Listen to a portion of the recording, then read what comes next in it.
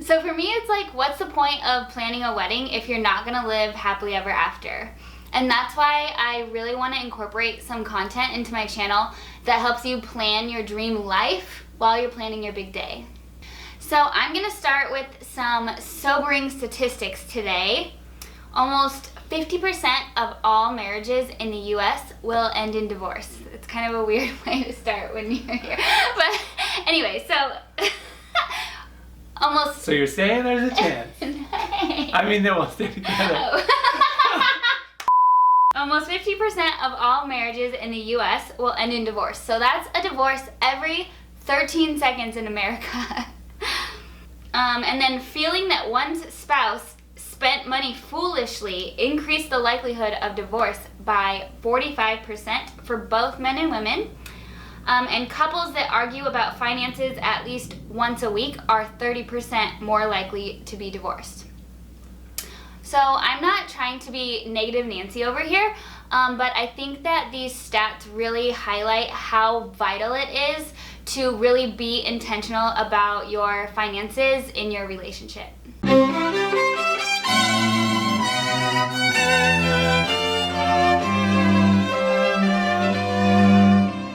Hey Blushing Brides, welcome back to my channel. I'm Kyle James, and today we have a very, very special guest, my husband Eric. So finances are such a joint thing, I thought it was only appropriate to have you here to help me explain how we manage our finances together.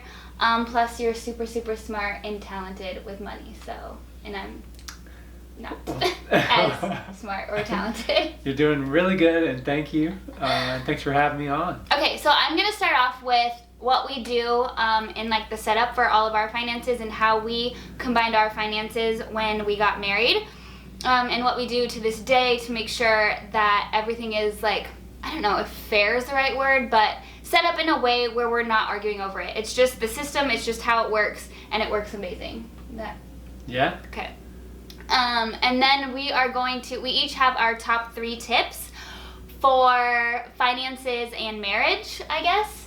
I have my 3 and he has his 3, and we don't know what each other's tips are, so that's going to be fun to see at the end. So the way that our finances are set up, we have a joint checking account that all of our joint expenses come out of.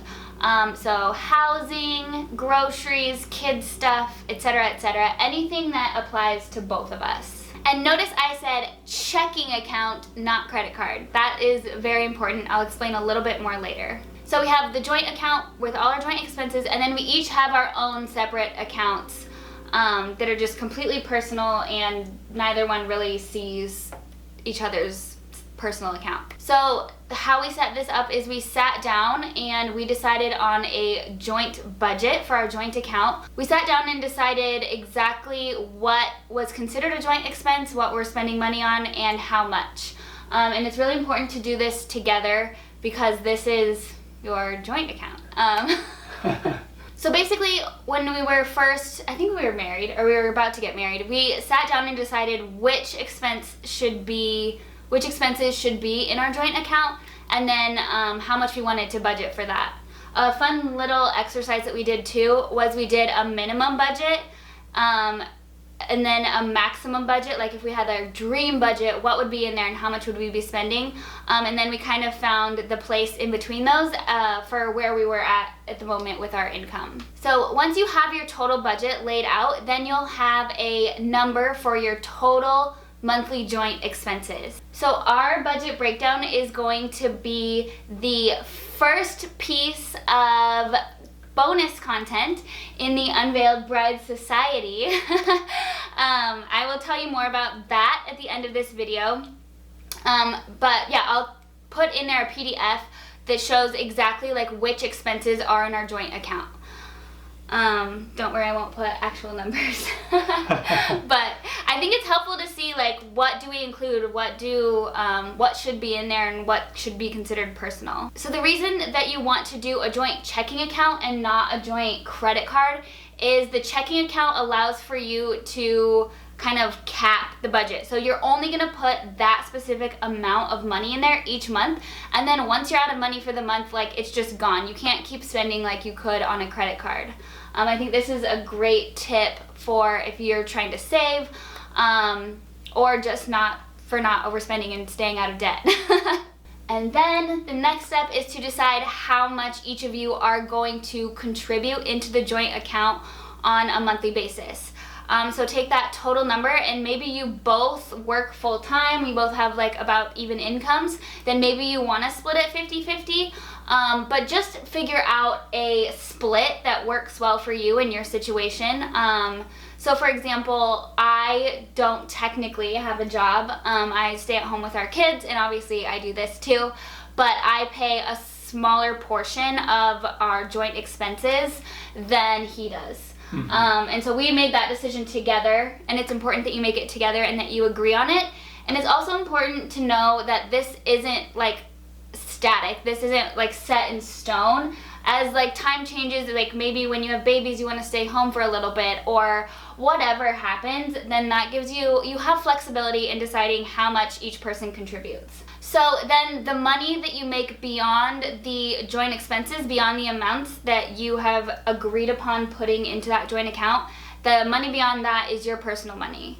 And the other person does not have a say whatsoever in how you spend that. So if I want to go buy a nice bag, he can't get mad at me, and if he wants to go buy a watch or a 3D printer or something crazy, then like it doesn't impact me at all, because we already agreed on our like housing budget and our grocery budget and all of that stuff that's together. So I think that this is like probably the best thing we've ever done. Like that statistic that I mentioned at the beginning of people who argue weekly are more likely to get a divorce, and that makes sense, but I think setting it up this way makes it so we don't argue and we have freedom. Yeah, I mean, there's probably things that I would be upset that you've bought and vice versa. Mm-hmm. But yeah, to not get in those fights and to feel the freedom to be able to still buy the things we want, as long as we have the money to do that and we're not getting into debt, it feels so good. It feels so freeing, and we can splurge, we can buy whatever we want and not mess up our household, not mess up our marriage. It feels really good. Totally. Yeah, and like when one person buys something, it doesn't feel like they're taking food out of our mouths or something crazy. Yeah. Or taking away from our kids or something like that. So you need to be reviewing your budget, A, to see if you're sticking to it and to make sure that you are on track, and B, just figuring out if that budget is still working for you and still working for what you have coming up in your life. So for that, we do our monthly finance meetings. So in our finance meetings, we go through exactly how much we spent in each category of the budget for the prior month, and then decide if the budgets need changed. And the tool that we use to track all of this is called Mint. I think you can just go to mint.com. I'll link it in the description. It's amazing. You just basically hook it to your bank account, and then each month it separates the expenses based on like your budgets. So basically you just go through your expenses and put them in each category, and then you can see how well you did on sticking to your budgets. And like she said, the nice thing about putting the money in every month is that if you don't stick to your budget, you're gonna get to zero balance. So if you overspend on a budget, you're gonna have to underspend on another one. It's kind of a forcing function to get you to pay attention and adjust the budgets as necessary, instead of just kicking the can down the road and getting into debt and getting more credit cards. And so yeah, that's a key distinction that you mentioned. Yeah, so we have a Mint account where we only hook in our joint checking account, and we only manage our joint budget in that account, and then we each have our own separate Mint accounts for personal use, just so that it's very clear what you're looking at, and you can manage it really easily.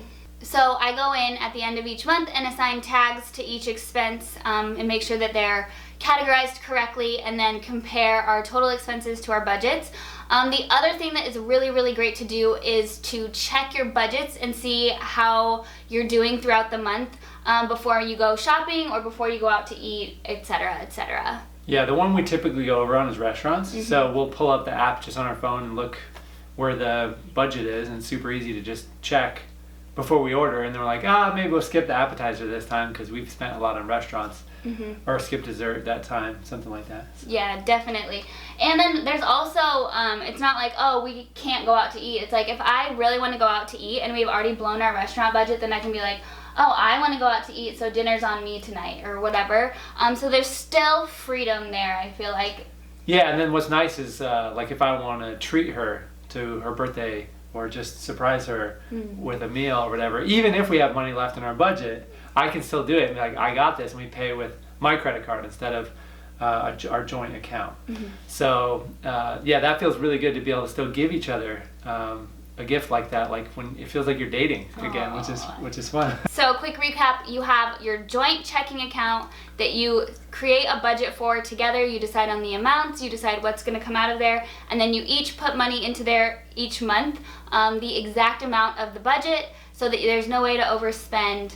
Yeah, and then you just need to be tracking it and checking it, and we use Mint for that. Yep.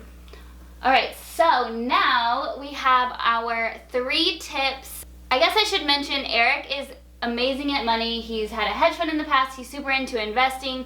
He's super into money management in general, and he's done like years and years and years of research on this, which is part of the reason why I wanted to have him on here. So I'm excited to see what his tips are for you guys. All right, so the first one here is, I think, the most important one, which is to have a shared vision for the wealth you want to create together and how you want your finances to be. And you can create that shared vision together. So what we've done is, like, if we go on a road trip, we'll listen to Rich Dad Poor Dad or Cash Flow Quadrant. It's his second book, which is really good. And then we play this game, Cash Flow. You can play it for free online, or you can actually buy a board game. There's some apps. But the one online is great because it's free. So we'll play Cash Flow together on Sundays, maybe once a month. And at the beginning, we would play it once a week to really get it in our system. And like, hey, this is how I want to handle our money. And we agree on it. And here's the vision that we're creating. We're going to live in California. We're going to have this kind of house. We're going to have these businesses. We're going to have this kind of a life. And we started with nothing. And by playing that game and sharing the vision together and supporting each other, we've just slowly been putting those blocks in place and building our wealth together. So having that shared vision is super crucial, because if one person is like, I want to be a billionaire, and the other person's like, I want to live in a van, that might not work, right? So we happen to have a shared vision from the beginning, but I think like that's really important to make sure you're on the same page. And if you have some differences in that, to resolve those so that you know you're working in the same direction.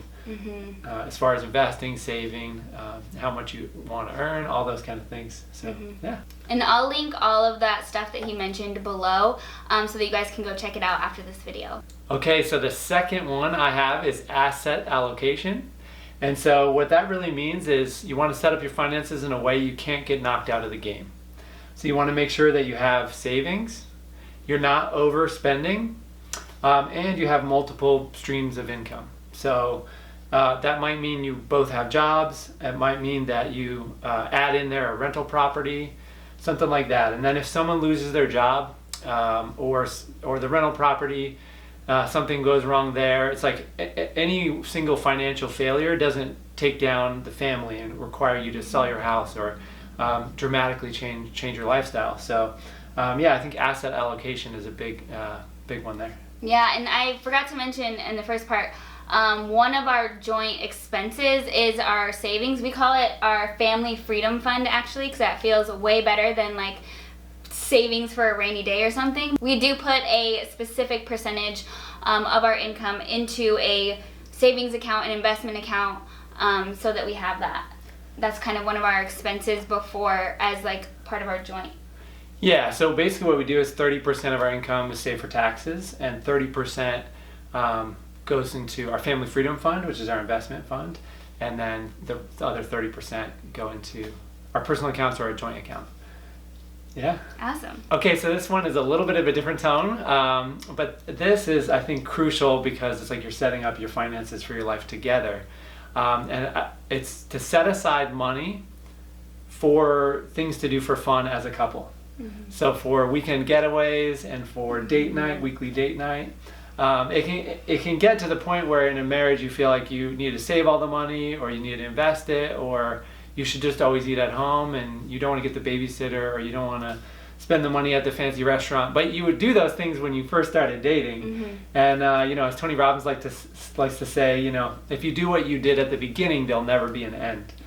So I think it's so critical to treat the marriage relationship almost as if you're still dating, and set aside money to do date nights and to do weekend getaways, and even vacations, once a year or something, where you can really get away and spend time together.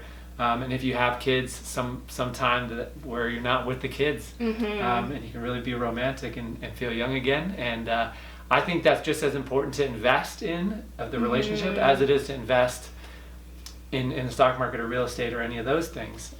Because without a happy relationship, the money kind of doesn't matter. So. All right, so here are my top 3 tips. It's going to be hard to follow them because they're so good, but they kind of do align a little bit. So my first tip is to assign roles within the relationship. So you need to have somebody who is responsible for the investment and the savings part. So somebody who wants to actually learn about that, or even if you don't want to learn about that, to hire somebody and just kind of manage that to make sure that that is being taken care of specifically. That's good. And then also picking somebody who is going to go through the account each month and like tag your expenses and see how you did and look through your budget and kind of like set it up. You do need to review it together, but it does take 20 minutes or something to go through and hash out those expenses and see where you spent your money. And then the last one that I think is really important is to kind of assign a CEO. So there are going to be points in your relationship where you might not be able to make a decision, but I think it's important to have somebody who kind of gets like the final say. I know this can feel weird, especially to women, like, don't control me, but I think that it's way better to have somebody who can just be like, no, this is what we're going to do, instead of like constantly bickering and arguing, and we don't really, we've chosen you to have the like CEO seat just because like you're making most of the money, and you are really good at that and everything. But I don't ever think that there's been a time where you're like, no, other than when I'm being crazy and trying to spend more money than we have. Yeah, right? Yeah, I think that's true. And I mean, I think it's like whoever maybe is, maybe the guy or maybe the girl, but whoever maybe is the most grounded in the finances and making sure that you have a solid foundation, and you're more like butterfly and you want to like do what's fun and everything like that, and there's a balance there. But at the end of the day, it's nice to be able to say, hey, no, we need to cut this expense, or we need to not buy that new car, or live in that big of a house. Let's cut it back a little, because then we can have date night, we can invest, we can do all these things that are actually much more important. So generally there's one person in the relationship that's a little more on that side of things, and one person that's more on the like, let's have fun, live in the moment type of person, which is great. But totally, yeah, you need both. I think that having both is amazing, but just like recognizing and assigning a leader is great. So basically he's the CEO and I'm the CFO, so I manage all the numbers and look at the numbers and make sure we're on track, and then like we work together to make financial decisions, and then at the end of the day, if we can't really decide or if a decision needs to be made, then and then to be clear, that's on the financial piece. But like with our kids, she is the CEO.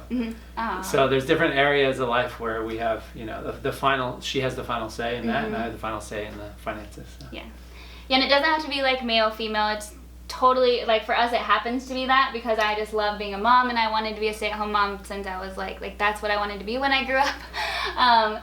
But like it could be like opposite too. So it's not necessarily like a gender roles thing. So my next one kind of goes along with the one that you said, the last one about like giving yourself date night and investing in your relationship. But it's to look at your budget as, this is how much I get to spend on each category this month, instead of thinking like I only have this much to spend on a certain category. And then also giving yourself those fun budgets. I like to give myself a certain amount a month to spend on just decorating our house, and like I have to spend that, and I love that. It makes like budgeting so fun, and it makes life so fun. Like when the new month comes around, I'm like, yes, I'm gonna go get these few things for the living room or whatever. Yeah, so like we get to go out to restaurants a certain times, and we get to use the babysitter a certain amount of times and stuff like that. Instead of like feeling like restricted, because I hate feeling restricted. I don't know if you know that. Yeah. That's so good, baby. Yeah, instead of being like, why can't we go out to eat 8 times? We only do 4. It's like, no, instead of 0, we get to go out 4 times. Exactly. That's so good. Exactly. That's Thanks. so good. And then my last tip is to start using Mint and doing your finance meetings immediately. We started doing that before we were married even, and I think there's always resistance to doing it. Every single month, like for 5 years, I'm like, oh, I don't really want to do it. But then I feel so much better after I sit down and do it. Yeah, definitely. There's always some resistance to doing it. Mm-hmm. And there was like speed bumps too along the way. Like it was kind of bumpy when we started like trying to share our finances and going through Mint, and there's like embarrassment and like, oh, I spent that on that, or just trying to clean it all up and get it rolling. Can be kind of tricky. So like it's good to start now and just go with what you got and keep improving it and not judging each other, basically. Totally, yeah. So like at the very beginning, you need to lay it all out on the table. Like, how much debt do you have? How much are you spending on things each month? Because you can't really decide on a new direction or come up with a goal if you don't know where your starting point is, or if you're not honest with each other to start with. Yeah. And then I have one like interview question for you. Okay. So I mentioned Eric is like amazing with money stuff, and he's done so much research and read so many books and stuff. So what are your top 3 books or resources that you would give to somebody who is just starting out in maybe like the investing or finance world? So I would say Rich Dad Poor Dad, and then Rich Dad Poor Dad Cash Flow Quadrant, which is the second book. And then probably the next one would be Tony Robbins, Unshakable, I think. He has another one, Money Master the Game, but that is like really thick, crazy. Most people will definitely not read it. Yeah. So I think Unshakable is a really good one. Yeah. So, Awesome. And then Rich Dad Poor Dad, and then the Game Cash Flow. To just add a little asterisk on there. I don't know, I already said it, but it's so good because it takes like all this stuff you're reading in the book and makes it tangible, and you start to see when you're playing the game that you do things in the game differently than you do in real life, and you get really rich in the game, and you may not be as rich in real life, so you start to realize that you can make some positive changes there. So. Totally. Those are amazing. And then I have one more that I love. Actually, the guy Robert Kiyosaki who wrote Rich Dad Poor Dad, his wife did a book, and it's like Rich Wife or something like that. I don't know what it is, but I will link that below. I like that one for women. And then I also love Jen Sincero's book. I know I've mentioned You Are a Badass a million times. I love that. That's her first book, but she did release a book called You're a Badass at Making Money. That's a really amazing read, whether you're a guy or a girl. I think that one's awesome too. So I will link all of our amazing resources below for you. So be sure that you go check those out. So I did mention that I'm going to be including our example budget PDF as a bonus in the Unveiled Bride Society. And I'm so excited. I'm going to be launching that in September or October of this year. I'm working feverishly on getting it all set up for you ladies. It's going to have all sorts of planning tools in there for you. I'm going to have the Unveiled Ultimate Wedding Planner. I'm going to have a e-course that walks you through being your own wedding planner. I'm going to have a community where you can talk to each other and talk to me. And then it's going to be amazing, and I'm so excited to get that out to you. If you do already have the Unveiled Ultimate Planner, I will be sending you a free month of the Bride Society. So if you want to go grab your planner now before that comes out, don't even worry. I will be sending out a free month of Bride Society as well if you already have the planner. But stay tuned, that is coming very soon, and I'm super, super excited about it. Thank you so much for doing this and so much for joining me today. I know that your input is going to be so, so valuable for couples, so thank you. Oh, you're welcome. I love you. Thank you for including me. I hope this is valuable. I hope these tips will help you guys to be very intentional in the decisions that you're making and the life that you're creating as you step into marriage. If this was helpful, please give it a thumbs up and let me know in the comments. And send it to all of your friends, even if they're already married. I think that these tips could be helpful for anyone, really. And we'll see you next time. Happy planning.